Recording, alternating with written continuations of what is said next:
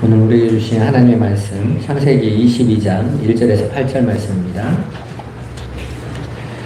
우리 천천히 한번 같이 읽어보도록 하겠습니다.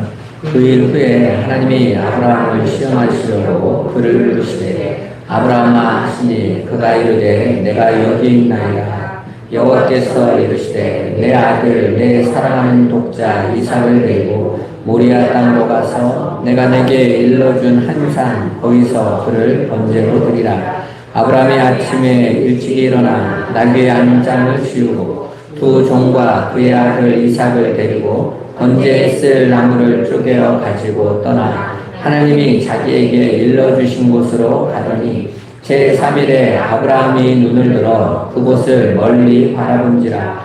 이에 아브라함이 종들에게 이르되 너희는 나귀와 함께 여기서 기다리라. 내가 아이와 함께 저기 가서 예배하고 우리가 너희에게로 돌아오리라 하고 아브라함이 이에 번제나무를 가져다가 그의 아들 이삭에게 지우고 자기는 불과 칼을 손에 들고 두 사람이 동행하더니 이삭이 그 아버지 아브라함에게 말하여 이르되 내 아버지여 하니 그가 이르되 내 아들아 내가 여기 있노라. 이삭이 이르되 불과 나무는 있거니와 번제할 어린 양은 어디 있나이까. 아브라함이 이르되 내 아들아 번제할 어린 양은 하나님이 자기를 위하여 친히 준비하시리라 하고 두 사람이 함께 나아가서 아멘. 예, 오늘은 아브라함을 시험하시는 하나님에 대한 이야기를 함께 나눠보도록 하겠습니다. 오늘 이 말씀은 굉장히 잘 알려져 있는 말씀이고 또 많이 오해하고 있는 말씀이기도 하죠. 우리가 아주 지역적으로 살펴보면 아브라함이 온전히 하나님의 말씀에 순종해서 아들을 바친 숭고한 신앙에 대한 이야기 같기도 하지만 그것보다 더 깊은 하나님의 일로 인하여 하나님의 열심으로 인하여 온전히 하나님 앞에 거룩하고 흠이 없게 되어질 하나님 백성에 대한 이야기이기도 합니다. 어떤 이야기인지 우리 한번 같이 살펴보도록 하죠. 먼저 우리는 지난 시간에 세상을 상징하는 그랄 땅에서 사는 아브라함이 보여줬던 그 삶에 대해서 살펴봤죠. 바로 세상과 구별된 삶이었어요. 하나님 백성들에게 하나님이 기대하시는 구별됨이라는 게 뭐였습니까? 바로 이 세상과 이 추구하고 있는 것과는 정반대되는 삶이었죠. 이 세상은 자기의 주체성을 주장하고 증명하기 위하여 이 세상의 것들을 자기의 힘으로 쌓아서 그걸 기르고 그걸 붙잡아서 그것으로 나 용사되고 왕되고 내가 영웅 되려고 하는 게 이 세상 사람들의 행복에 추구하는 방향입니다. 그렇지만 하나님의 백성은 그것과는 정반대로 영원하신 하나님의 뜻과 계획을 믿고 의지하고 그분만을 예배하는 삶을 사는 거였죠. 그 예배하는 삶이 뭐였습니까? 하나님 앞에서 나를 온전히 부인하고 하나님께 모든 것을 맡기는 삶이에요. 어떤 것이 진짜 행복해질까요? 저 뉴질랜드 피지 이쪽에 가면 비누아트라는 나라가 있거든요.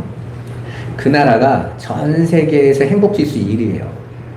근데 그 사람들한테 커서 뭐가 되고 싶냐고 하면 뭐라고 말한 줄 아세요? 되고 싶은 게 없어요.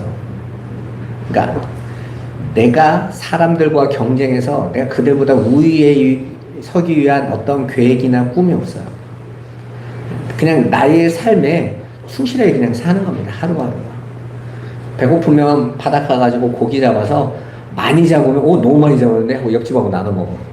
별로 고민할 게 없어. 우리는 그런 사람들 보면 세상에서는 답답하다. 왜 인생을 저렇게 살까? 너무 자기 인생을 저렇게 함부로 쓰는 거 아니야? 이렇게 보이잖아요. 그런데 반대로 오늘 우리나라의 현실로 와보면 우리 젊은이들이 꿈이 있어야 되고 목표가 있어야 되고 네가 다른 사람보다 이렇게 성공을 위한 기대가 있어야 되고 그런 압력과 압박 때문에 전 세계에서 자살을 제일 많이 해요. 행복지수가 100이 밑으로 내려가 있어요. 여러분 결국은 행복을 위해서 하라고 하는 건데 정작 행복이 없는 삶을 살아가죠. 끊임없이 남과 비교하고 경쟁하고 하나님이 이렇게 말씀하세요. 너희가 너희의 뜻대로 계획하고 생각한 대로 가니까 행복해지니? 너희의 삶을 내게 맡기고 내가 너희를 향한 완전한 계획이 있으니까 내게 맡기고 너를 한번 나에게 맡기는 삶을 사는 게 어떤 것이 진짜 행복해질 것 같아. 그러면서 그 하나님을 우리에게 보여주시죠. 우리를 당신의 아들을 죽여서까지 살리신 하나님, 우리를 구원하시기 위하여 모든 것을 거신 하나님, 그분에게 맡길 수 있냐는 겁니다. 천지를 창조하신 하나님께서 우리에게 그 하나님을 보여주고 계세요. 아브라함은 이제 그 하나님을 조금씩 알기 시작한 거죠. 수많은 경쟁 속에 있었던 바벨론 땅에서 하나님이 아브라함을 부르셔서 아브라함으로 하여금 자기의 인생을 살고 계획하고 몸부림쳐서 어떻게든 자기를 지키는 삶을 살던 존재를 하나님께서 책임지시는, 하나님이 지키시는, 하나님이 보호하시고 하나님이 인도하시고 하나님의 약속을 끝까지 이루시는 하나님을 계속해서 삶에서 드러내시고 보여주시는 거예요. 그 하나님의 열심 앞에서 아브라함이 점점점 믿음을 고백하는 거죠. 아버지께 맡길게요. 맡겨보고 가는 것입니다. 그 삶을 살았더니 그 그랄땡에서 네가 하는 모든 일에 내 하나님이 너와 함께 하시더라. 그렇게 세상에서 경쟁 속에서 자기를 지키지 않으면, 자기 힘을 기르지 않으면, 내 것을 빼앗겨도 가만히 있으면 바보 취급 당하는데, 그렇게 바보 취급 당하고 있는데도 그냥 내맡기는 삶을 통해서 누군가는 내 하나님이 너와 함께 계시더라 하고 알아보더라는 거예요. 우리는 하나님 앞에서 땅끝까지 증인되게 해달라고 기도하지만 그 증인이 뭔지조차도 몰라요. 아브라함이 증인이었던 거죠. 세상이 보는 그 아브라함, 자기 것을 빼앗기고 있는데도 하나님이 함께 하심을 믿고 하나님께 맡겨버리는 그 삶을 살고 있는 자의 증인인 거예요. 아주 스피커 들고 예수 믿으세요, 이것만 증인이 아니라, 오늘 본문은 여러분이 너무나 잘 아는 아브라함이 100세에 낳은 독자 이삭을 하나님께 아낌없이 바치는 모리아산 사건이에요. 우리가 이 이야기 속에서 단순히 아브라함처럼 자신이 가장 소중한 것도 아낌없이 하나님께 바치는 믿음의 용사가 되어야 된다는 간단한 교훈에 그쳐버린다면, 우리는 하나님께서 우리에게 이 사건을 통해서 전해주고 싶어 하시는 그 메시지를 반밖에 이해하지 못하는 겁니다. 이러한 설교를 가지고 아브라함이 아들을 하나님께 바칠 때 얼마나 마음이 찢어졌겠는데, 그런데도 하나님 앞에 바쳤다. 우리도 그렇게 하나님 앞에 내가 아끼고 사랑하는 거 바칠 수 있는 믿음이 있어야 된다. 우리는 이렇게 하면 가슴이 아프면 나도 한번 해봐야지. 이걸 지금 요구하시는 게 아니란 말이에요. 오늘 아브라함은 자기 이삭을 바치면서 아주 중요한 걸 가지고 있어요. 오늘 5절 말씀에 이렇게 말하죠. 아브라함이 종들에게 이르되 너희는 나귀와 함께 여기서 기다리라. 내가 아이와 함께 저기 가서 예배하고 우리가 너희에게로 돌아오리라 하고. 지금 아브라함이 이삭을 뭐 하러 가죠? 죽이러 가고 있는 거예요. 제물로. 그죠? 그런데 출발하면서 우리가 저기에 가서 예배하고 누가 돌아온다고요? 우리가 돌아오리라. 지금 아브라함은 아들을 번제로 바치라고 하는 그 하나님이 이삭을 통해서 영원한 하나님의 언약을 이루실 이삭이라는 것도 알고 있어요. 그래서 히브리서에서는 뭐라고 말합니까? 아들이 죽어도 다시 살 것을 믿었다 그러죠. 그 믿음이요, 그 믿음. 그냥 찢어지고 아프지만 하나님이 시키시니까 뭔 뜻인지는 잘 모르겠고 바치면 복 주실 거야, 이러고 낸 게 아니란 말입니다. 우리에게 그러한 가슴이 찢어져도 억지로라도 내보라라는 하나님의 요구사항을 지금 전달하고 있는 내용이 아니란 말입니다. 그 말은 지금 아브라함이 하나님의 뜻과 계획, 그 진리를 온전히 알게 됐고 그 하나님을 철저히 신뢰하고 믿었다라는 거죠. 그리고 그렇게 될 수밖에 없는 이 역사를 알았다라는 거예요. 저와 여러분들에게 그런 믿음의 눈이 열리고 진리가 보이기를 주님의 이름으로 축원합니다. 여러분, 우리는 세상에서 가장 사랑하는 것들이 있습니다. 그죠? 그 돈도 사랑하고 집도 사랑하고 우리의 지위도 사랑하고 친구도 사랑하고, 그 중에서 가장 사랑하는 것이 아들이에요. 그 아들을 바친다라는 건 참 어떤 것보다도 가슴 아픈 일입니다. 절대 내놓고 싶지 않은 거죠. 근데 그 안에 하나님이 요구하시는 이유가 있어요. 나냐 아들이냐예요. 거기에는 하나님이 창조하신 피조물의 존재 목적이 숨겨져 있단 말입니다. 여러분, 하나님이 사람을 창조하실 때 그 사람을 통해서 하나님이 요구하시는 건 하나님만 사랑하는 자, 하나님만 전적으로 의존하는 자로 지어진 거예요. 그런 하나님만 전적으로 사랑해야 될 존재가 내가 내 것을 따로 사랑할 것을 만들어 버려서 내 주체성을 챙기면 그건 이미 창조의 목적에서 벗어나 버린 거예요. 그걸 성경은 죄라고 하는 것입니다. 그 이야기는 조금 이따 하고, 오늘 저와 여러분들이 여기에서 뭘 아셔야 되냐면, 아브라함이 가지고 있는 신앙의 우수성만을 바라보면 우리가 지금까지 창세기 12장부터 창세기부터 쭉 읽어오고 있었던 성경의 일관성의 흐름을 놓치게 돼요. 성경의 일관성의 흐름이 뭡니까? 은혜죠, 은혜예요. 그죠? 받을 자격이 없는 자에게 하나님 거저 은혜로 주시는 거죠. 그 하나님의 은혜는 무엇과 항상 싸웁니까? 인간이 내 힘으로 하나님 앞에 나를 증명하는 것을 내놓겠다라는 행위와 항상 부딪혀요. 그죠? 그러니까 오늘 이 본문에서도 아브라함이 이렇게 하나님 앞에 잘 드리는 행위를 했더라가 나와버리며 하나님의 은혜와 또 충돌을 일으키는 거잖아요. 그래서 저와 여러분의 하나님 말씀을 볼 때는 일관성을 놓쳐버리면 안 돼요. 일관성을 놓쳐버리면 성경이 막 파편적으로 날아다녀요. 여기에서는 이렇게 말씀하시고, 저기에서는 열심히 하라고 하시고, 여기에서는 열심히 하면 복 준다고 말씀하시고, 여기에서는 너는 불가능한 자라고 말씀하시고, 성경이 뭔 말 하는지를 모르는 거예요. 많은 성도들이 나는 성경을 읽어도 무슨 말하는지 모르겠다고 자꾸 말하는데, 그건 여러분이 일관성 없이 자꾸 봐서 그러는 거예요. 여러분, 성경은요, 처음부터 끝까지 하나님이 당신의 창조한 백성들에게 예수 그리스도의 생명으로 하나님과 영원히 하나 되게 만드시겠다라는 하나님의 전적인 주권과 은혜의 열심을 얘기하는 거예요. 그렇게 만들어진 그 하나님 나라.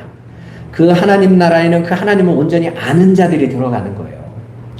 여러분, 창세기 1장에 아무것도 없는 자리에 하나님께서 빛으로 세상에 창조를 시작하세요. 그죠? 빛이 있으라로 시작하지 않습니까? 그리고 창세기 계시록 22장에 보면 온 땅이 빛으로 가득한 세상이 열려요. 자, 어둠 속에 한 줄기의 빛이 들어왔는데 이제 그 빛이 온 땅을 장악해서 이제 그 나라가 완성됐더니 거기에는 어둠이 그림자조차도 없는 땅. 그런데 그 빛이 태양빛도 아니고 달빛도 아니고 하나님 보좌의 어린 양과 아버지의 빛이에요. 그 빛을 드러내게 하시는 그 나라를 완성하실 것을, 그러니까 성경은 처음부터 그 일관성으로 예수만 얘기하신다는 거예요. 그분을 바라보면 모든 것들이 이해가 돼요. 그 안에 우리의 행위나 노력이나 열심은 절대로 들어가면 안 되는 거예요. 오늘 기독교가 절대로 놓치면 안 되는 것이 하나님의 십자가의 은혜가 놓쳐지면 안 되는 것입니다. 그래서 항상 강단에서는 예수 그리스도의 십자가만 드러나야 돼요. 나머지는 다 무력한 것으로 평가가 돼야 된단 말입니다. 오늘도 우리가 아브라함의 열심과 아브라함의 헌신에 초점을 맞춰버리면 하나님이 하고자 하는 말씀에서 이탈해버리는 거예요. 그 관점을 보고 한번 잘 봐보세요. 오늘은 아주 중요한 단어가 창세기 22장에 등장하는데 그게 바로 여호와 이레입니다. 여호와 이레의 그 하나님을 저와 여러분이 한번 보시자고요. 자, 아브라함이 모리아산에서 사랑하는 아들을 제물로 바친 사건을 그러면 아브라함의 열심의 관점이 아니라 하나님의 열심으로 보면 하나님의 열심과 주권에 의해 이끌려가는 하나님 백성들에게 자연스럽게 터져나오는 순종의 모습이라는 걸 우리는 알 수 있어요. 그죠? 그러니까 아브라함이 저 갈대 우르에서 부름을 받은 후에 하나님이 하나님 앞에 끊임없이 자기 고집대로 자기의 생각대로 이스마엘 낳고 그렇게 자충우들 함에도 불구하고 하나님이 그를 버리지 않으시고 또 붙잡으시고 또 붙잡으시고 끌고 오셔서 오늘 이 모리아 산 앞에 세웠는데 하나님 앞에 이제는 그 하나님의 하나님 되심을 알게 된 아브라함이 하나님께 전적으로 순종을 내놓더라는 거예요. 그러니까 그 아브라함의 순종을 내놓도록 하신 분이 누구세요? 하나님이시죠. 끝까지 참으시고 오래 참으시고 끝까지 사랑하시고 끝까지 자비를 베푸시고 인내로서 이끌어 오신 분은 하나님이시란 말이에요. 그 하나님이 바로 저와 여러분의 하나님입니다. 우리도 그렇게 끌고 가고 계신다. 제가 앞에서 목사하다 보니까 성도들이 예배를 나왔다 안 나왔다 하며 목사는요 숫자를 봐요. 화가 나 저것이 힘들었을 때는 그렇게 기도하더니 그럼 기도를 또 좀 더 힘들게 좀 해주세요 이럴 수도 없고 목사는 그런 마음이 들거든요. 그럴 때마다 하나님이 제게 말씀하세요. 너도 똑같은 놈이야. 너도 네 입장이니까 그런 거지. 근데 내가 너를 끝까지 기다려서 이렇게 세우고 있는 것처럼 그도 내 백성으로 내가 인도해. 신경 꺼. 그러는 거예요. 내가 가만히 있는 거죠. 하나님이 그렇게 하시는 건데 저와 여러분은 그 하나님을 믿기에 이렇게 당당하게 또 이 자리에 올 수 있는 거 아닙니까? 야, 우리 아버지가 나를 찾으시니까 하고 올 수 있는 거예요. 사실 모리아산의 아브라함이 자신이 가장 사랑하는 독자 이삭을 죽이는 이야기의 본질은 그냥 이삭을 바친 아브라함의 참 그 뜨거운 순종에 있는 것이 아니라 충성에 있는 게 아니라 그 안에는 예수 그리스도의 십자가라는 어마어마한 그림을 담겨놓고 있는 거잖아요. 자기 백성을 구원하시기 위해 하나님께서 자신의 사랑하는 독생자 아들을 제물로 보내셔서 죽이시는 십자가 사건이 바로 이 모리아산 사건 안에 감추어져 있단 말이에요. 오늘 본문을 잘 보시면 이삭은 자신이 매달려 죽을 십자가를 지고 골고다를 오르신 예수님처럼 자신을 불태워 죽일 번제나무를 짊어지고 모리아산으로 올라갑니다. 이삭은 약속의 자손인 예수 그리스도와 그 속에서 그와 연합되어 구원 얻게 될 죽을 수밖에 없었던 죄인들을 동시에 상징하는 인물이라고 그랬죠. 이중적 상징을 가지고 있는 인물이라고 그랬어요. 그러니까 하나님의 심판대를 향해 자신이 매달려 죽어야 할 형틀을 짊어지고 올라가 처참하게 찢겨 죽어야 하는 죄인들 대신에 그 자신이 죄가 되셔서 연약한 어린 양의 모습으로 죽으시는 그게 쪼개짐이잖아요. 하나님께서 창세기 15장에 아브라함과 언약하신 게 뭡니까? 그 후손, 후대, 그 나라에 대한 언약을 하시는데 그 언약의 내용이 뭐냐면 하나님 당신이 쪼개지시는 거였어요. 그죠? 그래서 홀로 쪼개진 짐승 사이로 지나가시면서 나는 여호와로다, 나는 여호와로다 말씀하시잖아요. 홀로 쪼개지시겠다는 거예요. 그리고 그 쪼개짐을 당신의 백성들의 몸에 할례로 새기셔서 그 표로 정가시키셔서 구원하시는 이야기가 바로 쪼개짐과 할례인 거예요. 그러니까 우리가 예수 그리스도 안에서 그 예수님의 그 쪼개짐 안에 들어가는 방법은 우리 몸에 할례를 받는 건데 그 할례가 신약에서 뭐라고 표현하고 있어요? 세례다 이렇게 표현하는 거예요. 그래서 교회 안에서 세례를 받는 건 아주 중요한 의미를 가지고 있는 거예요. 저와 여러분들이 예수 그리스도의 쪼개짐을 내 몸에 새깁니다 라는 고백을 갖고 있는 거란 말이에요. 저는 솔직히 군대 가가지고 초코파이 하나 받고 세례 받는 거 별로 찬성하지 않아요. 그래도 그렇게 하면 근데 나중에 신앙을 다시 정말 알게 되어진 후에 그분들이 다 그래요. 초코파이로 받은 세례가 너무 마음에 안 든다는 거지. 왜? 그 세례 인정하거든요, 교회가.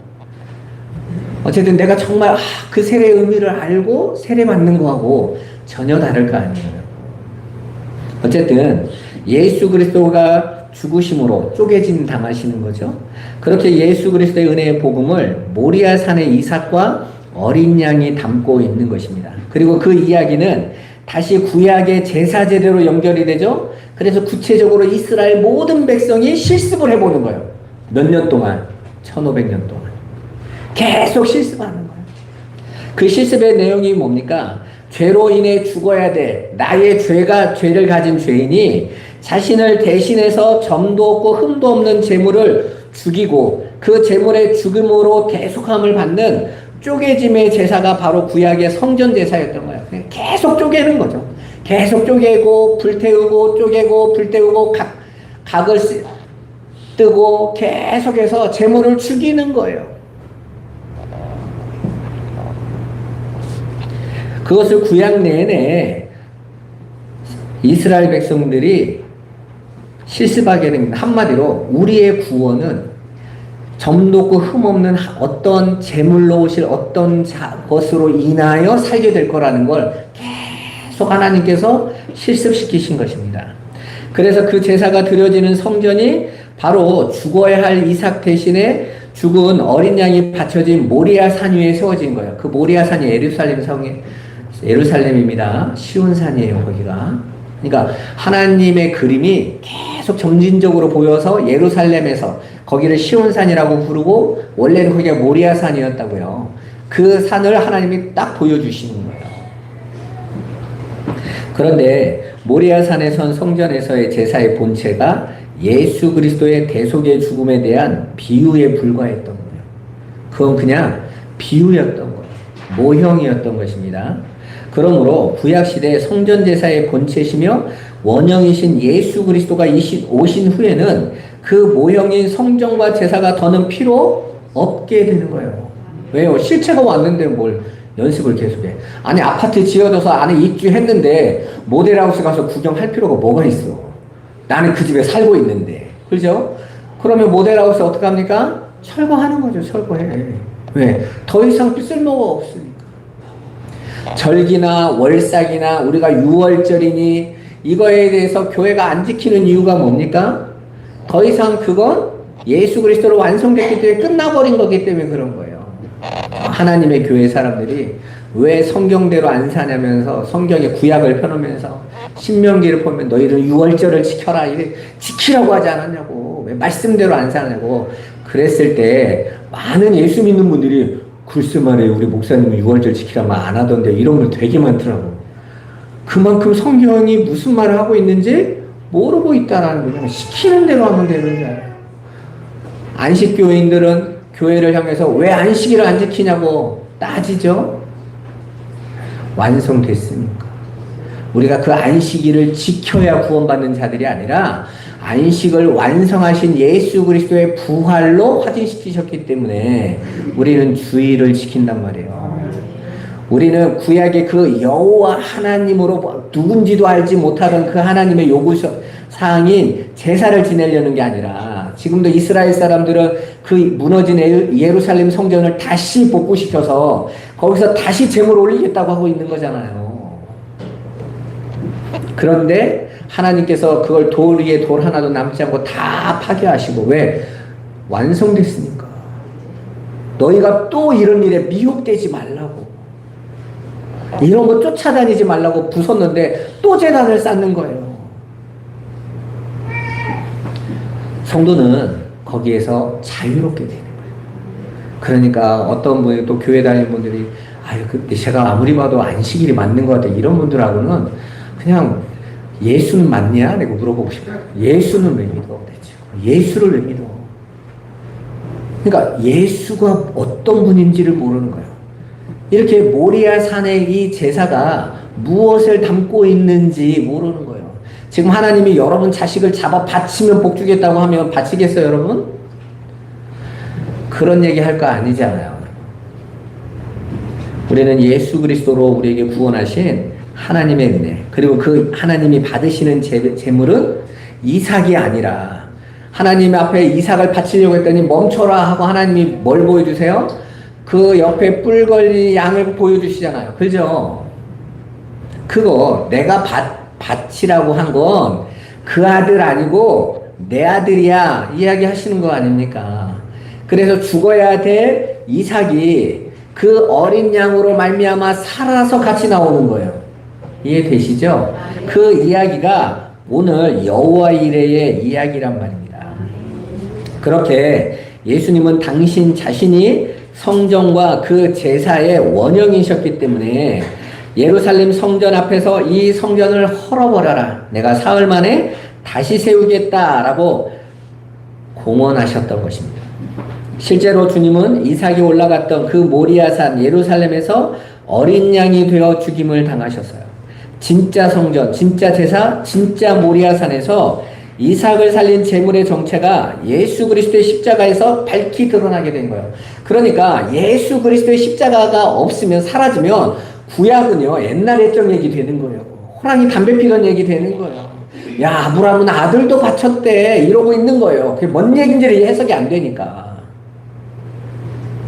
이스라엘 백성이 6월절에 피 발랐더니 살아났대. 애굽에서 나왔대. 옛날 옛적이 하고 있는 거예요. 그게 뭔지 뭐 해석이 안 되면 진짜 제사이며 진짜 제물이시고 진짜 성전이신 예수 그리스도의 출현이 자연스럽게 모형, 비유로 보였던 것들을 파괴하고 기각해버립니다. 여러분 예수 그리스도로 말미암아 이 세상이 다 모형이었다라는 것이 폭로된다니까요. 세상이 물질이라는 풍요가 줬던 그 행복이라는 것이 다 가짜라는 게 폭로된다고요. 그 풍요로움은 예수로 주실 풍요로움을 상징하고 있는 거였단 말이에요. 근데 그 예수를 만나지 못하면 그 세상이 주는 물질과 세상의 힘의 풍요에 빠져버리는 거예요. 그러면 죽습니다. 오늘날 많은 기독교인들이 예수를 믿는다고 하면서 그 예수가 그 풍요의 주체이시라는 걸, 그 평강의 주라는 것을 입술로만 말할 뿐이 믿지 않는다니까요. 그러니까 삶 속에서 날마다 두렵고 불안하고 염려하는 거예요. 나 어떻게 살지? 뭘 어떻게 살아요? 주의 인도 따라 살지. 하나님께서 아브라함만 특별히 인도하십니까? 당신의 백성을 다 이끌어 가시고 인도하신단 말이에요. 그렇게 약속의 자손은 하나님이 준비하신 어린 양에 의해 죄와 사망에서 건져지게 되는 예수 그리스도의 십자가의 이야기인 것입니다. 그게 바로 여호와의 이레인 것입니다.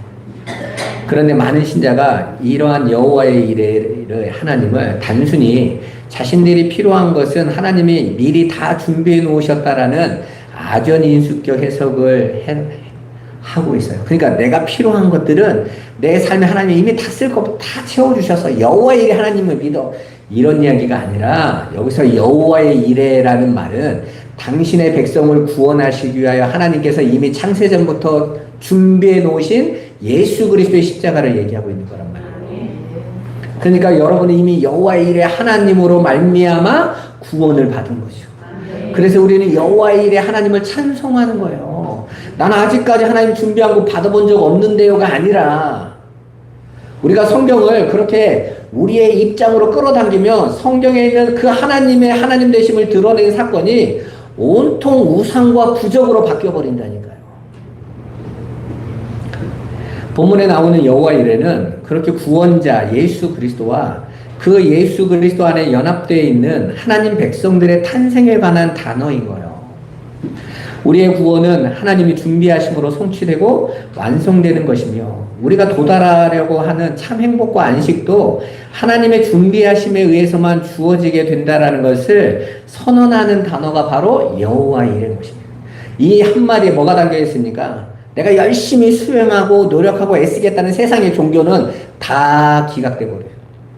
그럴 수 없어요. 내가 수행하고 애쓰고 노력하고 나를 점점점 훌륭하게 만들어서 극락에 들어가는 방법은 없단 말입니다. 하나님의 준비하심이 없으면 그 누구도 들어갈 수 없는 거예요.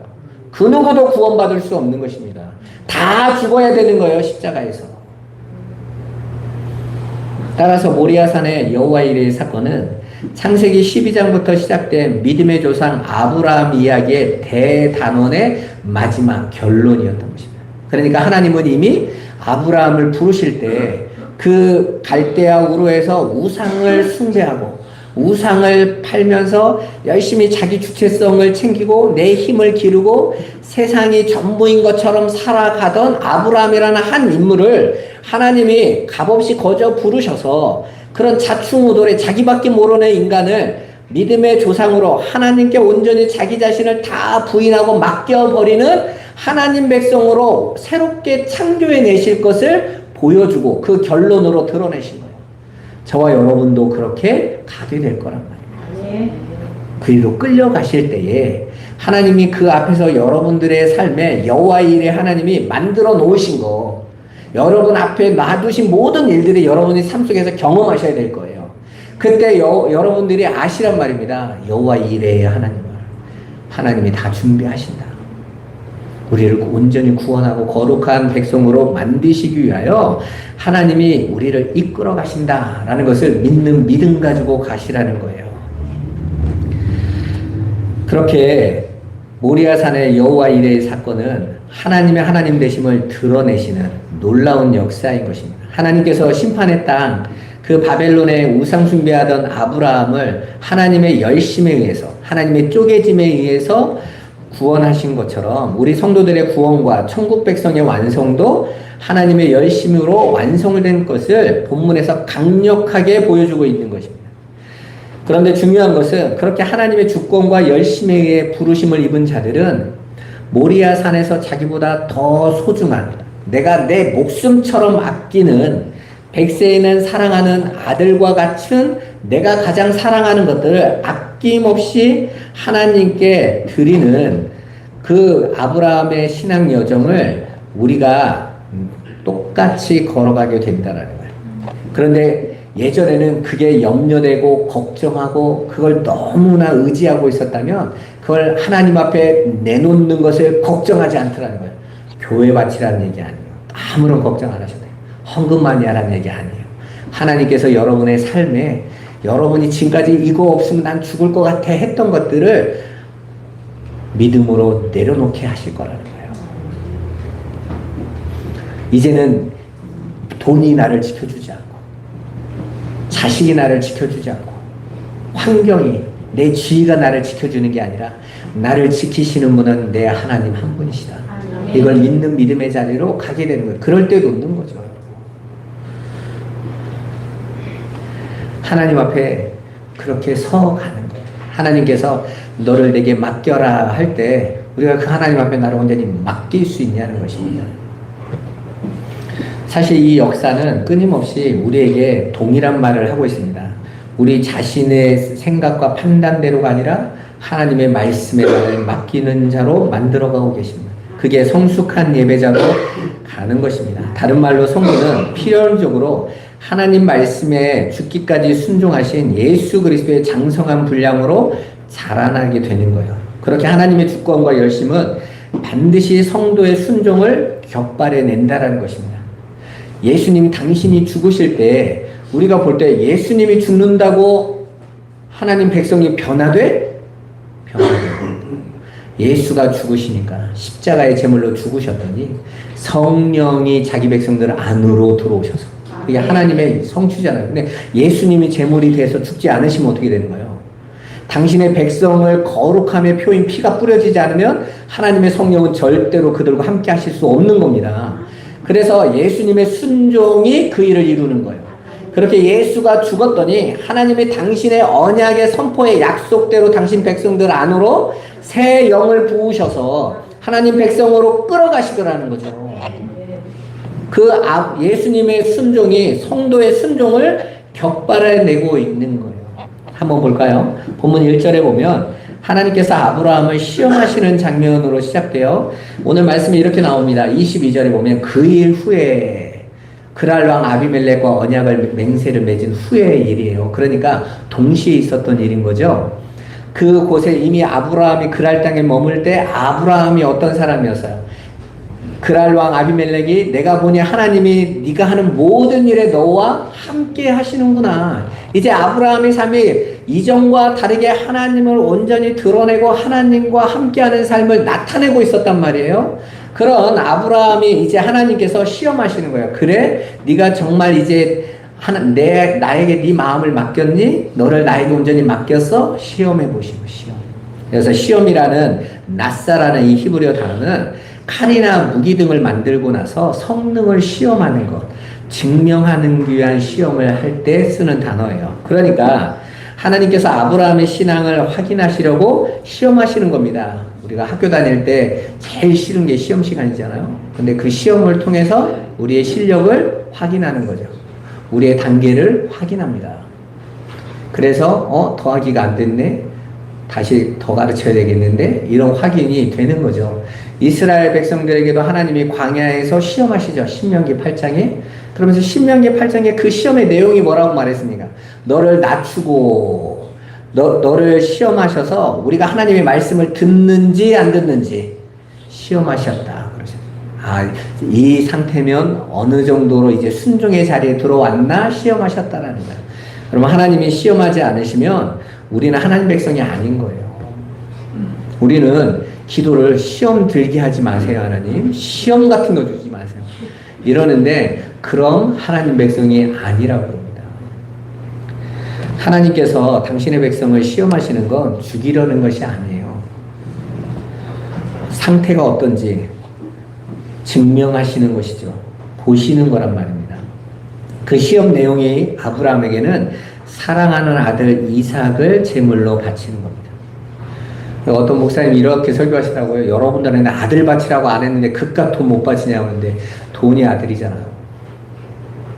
내 지위가 아들이잖아요. 내가 가장 사랑하는 거.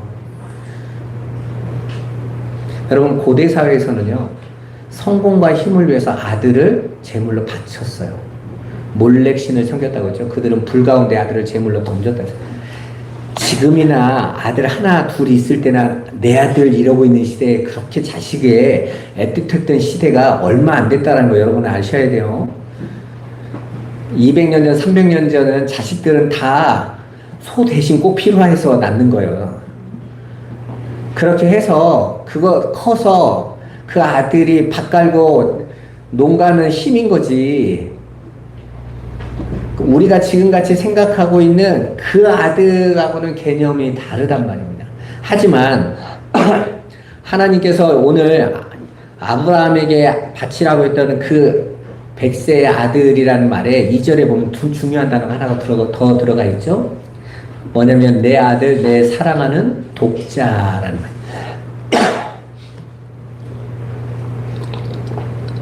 아브라함에게는 그 아들은 그 어떤 것과도 바꿀 수 없는 아들이에요.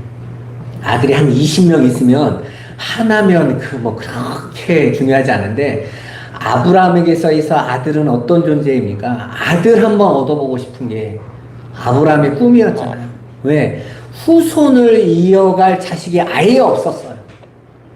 하나님께서 아브라함을 갈대아 우르에서 부르실 때에도 무엇을 약속했습니까? 아들을 약속해서 온 거였어요. 75세에 부를 때. 그래서 기다려도 안 되니까 아브라함이 이스마엘을 만든 거잖아요. 그러다가 정말 100세의 아들을 얻었어요. 정말 가질 수 없는 아들을 얻었단 말이에요. 그런데 그 아들은 이미 하나님의 언약 가운데 있었던 아들이기에 그리고 자기 아내와 사라와의 아들이기 때문에 유일한 아들인 거예요. 얼마나 사랑했겠어요. 그거밖에 없는 존재 목적으로 삼고 있는. 그런데 그 아들을 바쳐라 이렇게 말을 합니다. 그 말에 하나님께서 아브라함에게 하시는 시험의 의도를 명확하게 보여주고 있죠. 그건 내가 내 것으로 가지고 있는 것 중 가장 사랑하고 아끼는 것을 바치라는 겁니다. 그러니까 하나님은 아브라함에게 너는 하나님과 내가 가장 사랑하고 아끼는 아들 중 하나를 택하라고 시험하시는 문제인 거예요. 그렇게 하나님의 시험은 우리 인간의 죄를 들추어내는 시험입니다. 네가 정말 나를 사랑해? 이걸 들추어내는 시험이란 말이에요. 여러분 모든 인간은 선악과를 따먹은 이후에 하나님을 사랑할 수 없어요. 나를 사랑하죠. 나를 사랑. 우리가 하나님 사랑합니다 하다가도 결국은 내가 죽을 위기에 오면 하나님이고 뭐고가 나옵니다. 왜냐하면 죄의 본질이 하나님만 전적으로 의지하고 사랑해야 하는 피조물의 마음이 하나님 위에 다른 것에 가 있는 상태를 말하는 것이기 때문에 따라서 지금 아브라함이 받는 시험은 하나님과 인간인 나 둘 중 어떤 것을 선택하겠냐는 것입니다. 우리 인간의 존재 목적에 대한 이야기인 거예요. 이런 하나님 백성들을 향한 그 시험은 사랑을 근거로 나온 겁니다. 그래서 하나님의 시험은 우리에게 유익한 거예요. 왜요? 우리가 하나님 앞에서 온전히 하나님과 영원히 함께하는 자로 살아야 되기 때문에 그 존재에 대한 이야기를 하고 있는 거예요. 여러분 하나님 나라는 그 어떤 환경 속에서도 하나님의 은혜만 붙드는 하나님 절대 의존적 존재들만이 사는 나라예요. 그 나라로 완성될 하나님의 백성들은 이 역사 속에서 끊임없이 시험받아요. 하나님과 다른 것 중에 나중에 어떤 것을 더 사랑하고 있는지. 그래서 하나님은 그 나라에 살게 될 자녀들에게 이 광야라는 역사적 세상에서 고난이라는 것을 환경으로 줘보기도 하시고 분에 넘치는 부한 환경을 만들어 주시면서 시험하시는 거예요. 둘 다 시험이에요. 가난과 질병만 시험이 아닙니다. 세상에서 당하는 어려움만 시험이 아니에요. 세상에서 인정받는 거, 칭찬받는 거, 편한 거, 안락한 거 다 시험이란 말입니다. 그러니까 왜 저 사람은 잘 살게 하고 나는 어렵게 하고 왜 나만 시험하세요? 이런 소리 하지 마시란 말입니다. 여러분, 부자와 나사로는 둘 다 같은 시험 속에 있었단 말이에요. 하나님만 선택하는 것이냐. 근데 부자는 세상을 선택했고 세상의 힘을 선택했고 나사로는 하나님만 선택한 거예요. 그 앞에 섰을 때 세상에 가난할 때 부활다는 아무것도 아니란 말입니다. 그걸 여러분이 진리로 정말 깨닫게 될 때 더 이상 지금 여러분들이 고민하고 갈등하는 것들은 정말 한 줌 티끌같이 된다라는 걸 알게 될 거예요. 그 시험에서 하나님 백성들은 그 어떤 환경에서도 사람은 보이는 떡으로 사는 것이 아니라 하나님의 입에서 나오는 모든 말씀, 그 말씀으로 사는 줄 알고 순종하는 자가 되는 것을 목적으로 삼아 살아내는 거예요. 그러니까 성도의 모든 현실은 다 시험의 장인 것입니다. 그런데 우리는 고난이 닥쳐오면 그 고난에서 빠져나오려고 세상의 힘을 쫓아요. 세상의 풍요를 쫓고 세상의 인기를 쫓고 세상의 힘을 쫓습니다. 결국은 그런 풍요와 세상의 힘에 푹 빠져서 하나님을 잊어버립니다. 아까도 제가 잠깐 말씀드렸지만 우리나라가 하나님이 보호하서 이렇게 잘 먹고 잘 산다고 너무 그러지 마시란 말이에요. 하나님을 잊어버렸는데 그게 행복한 거예요? 차라리 30년, 40년 전에 돌아가서 좀 어렵고 힘들어도 하나님께 예배하고 하나님 바라고 하늘에 소망을 두고 있는 데가 더 행복한 거예요. 구원을 위해서는. 육신으로만 볼 때는 여기가 지금 행복한 것 같죠.